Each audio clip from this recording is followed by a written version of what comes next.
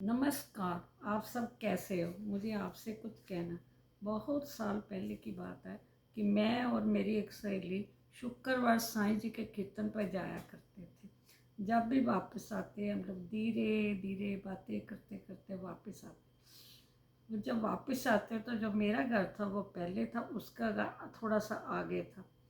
हम लोग थोड़ी देर नीचे भी बातें करते, फिर मैं वो ऊपर आ जाती, वो अपने घर चली जाती। मैं उसको बहुत कहती आ जाओ ऊपर, वो कभी नहीं आती। उसके घर का माहौल नहीं इतना अच्छा था, इसलिए वो नहीं ठहरती थी। उसने ना एक दिन जब शुक्रवार ही था, हम कीर्तन से वापस आए, जो वो नीचे आई तो वो कहती आज मैं आपके घर चलूँगी। ये बड़ी हैरान, ये तो कभी हमारे घर आती ही नहीं। बहुत मुश्किल से वो ऊपर आई। जब ऊपर आई तो वो थोड़ी देर बैठी, उसने सांस लिया और मैंने अपनी बेटी को बोला कि आप आंटी के लिए चाय बनाओ। वो जब चाय बना के लाई तो वो चाय देख के ना बहुत रोने लगी। मेरे को समझ ही नहीं लगा कि क्या बात हो गई है। वो कहती नहीं कुछ बात नहीं। मैंने बहुत पूछा, मैं क्या कुछ बात तो? कहती हाँ मेरी कुछ प्रॉब्लम है, मैं कभी किसी के साथ शेयर नहीं करती, पर आज मेरा मन बहुत दुखी है, मैं आपको बताना चाहती हूँ। मैं कैसी कौन सी बात होगी? हम लोग तो कितनी देर से सहेलियाँ, ना वो कोई अपने घर की बात करती थी ना मैं करती थी। हम तो साईं जी की बातें करते थे, अपने अपने घर आ जाते थे। तो वो कहती इस चाय, ये जो चाय है ना बेटी बना के लाई है ना, तो मेरे को इतना अच्छा लग रहा है। मेरे घर में किसी चीज़ की कमी नहीं, चाय पत्ती चीनी दूध गैस सब कुछ है। लेकिन आजकल कभी कभी मेरी तबीयत इतनी ख़राब हो जाती है कि मैं अपनी चाय भी नहीं बना सकती। मैं क्या क्यों, ऐसा क्या हुआ? कहती नहीं मेरी तबीयत बहुत ख़राब रहती है। फिर उसने बताया कि उसने अपने जो बड़े लड़के को था ना बहुत पढ़ाया, बहुत पढ़ाया। वो बच्चा बहुत लायक था और वो ना डॉक्टर बनना चाहता था। वो उसको डॉक्टर बनाना भी चाहती। उसने बहुत मेहनत की, बहुत मेहनत की, और उसने उसके लिए आधा अपना घर बेच दिया। उसके परिवार ने भी बहुत मेहनत की थी, लेकिन वो माँ थी, उसने उसको अपनी उसकी इच्छा पूरी करने के लिए हर इच्छाएं मार दी। उसने अपना गहना बेच दिया, सब कुछ, ताकि मेरा बच्चा बहुत अच्छा डॉक्टर बन जाए। और एक दिन वो बच्चा सचमुच बहुत अच्छे नंबर लेकर डॉक्टरी पास कर गया। उसके घर में उसके दादाजी से, दादी जी से, उसके पापा, वो सब बहुत खुश हुए। उसके सब रिश्तेदार मुबारकबाद देने आए।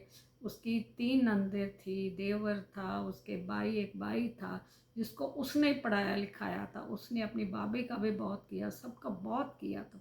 लेकिन वो ज़्यादा बोलती नहीं थी। उसके घर का माहौल जो था ना बहुत ख़राब था। कहती मैं चुप ही रहती, जब भी कोई आता है, ज़्यादातर ससुराल परिवार वाले, मैं चुप ही रहती थी, मैं कुछ नहीं बोलती थी।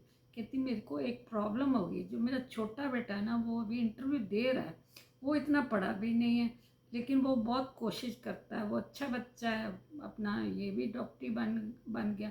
मैं चाहती हूँ उसकी भी जो इच्छा है ना वो बने।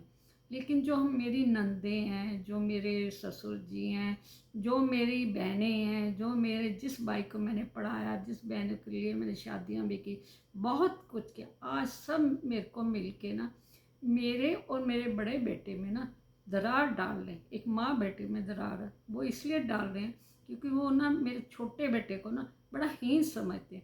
हर किसी को उसकी ज़रूरत है, सब मतलबी यार है, सबको वो इतना बेटा तुम ऐसे, बेटा सबको, उसको कोई घर बुला रहा है, कोई कुछ कर रहा है, कोई कुछ कर।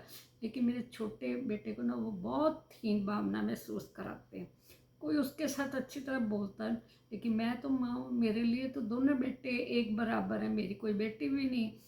लेकिन मैं बहुत कभी नहीं चाहती थी कि मैं तो चाहती थी छोटा बेटा भी वैसे ही लायक बने। मैं उसके लिए भी सब कुछ बेचने के लिए तैयार थी। वो स्कूल टीचर थी, वो गवर्नमेंट स्कूल में पढ़ाती थी, पढ़ी लिखी वो खुद भी थी। उनके घर के जो सारे परिवार वाले थे ज़्यादातर पढ़े लिखे थे। लेकिन रिश्तेदारों ने, जैसे कि युद्ध में हर हथियार अपनाया जाता है, हर चाल और चालाकियाँ की जाती हैं, ऐसे रिश्तों में कुछ ऐसे युद्ध हुए कि सब लोगों ने मिलकर उस माँ को उसका बेटा ही छीन लिया। अब वो बेटा अपनी माँ की तरफ देख के राजी नहीं। माँ तड़फ रही है, कहती मेरा, मुझको अपना इलाज बाहर से करवाना पड़ता है। वो कभी नहीं पूछता कि माँ आपको किसी चीज़ की ज़रूरत है या कुछ है। उसने शादी भी अपने अब कर ली, अब उसके 2 बच्चे हैं।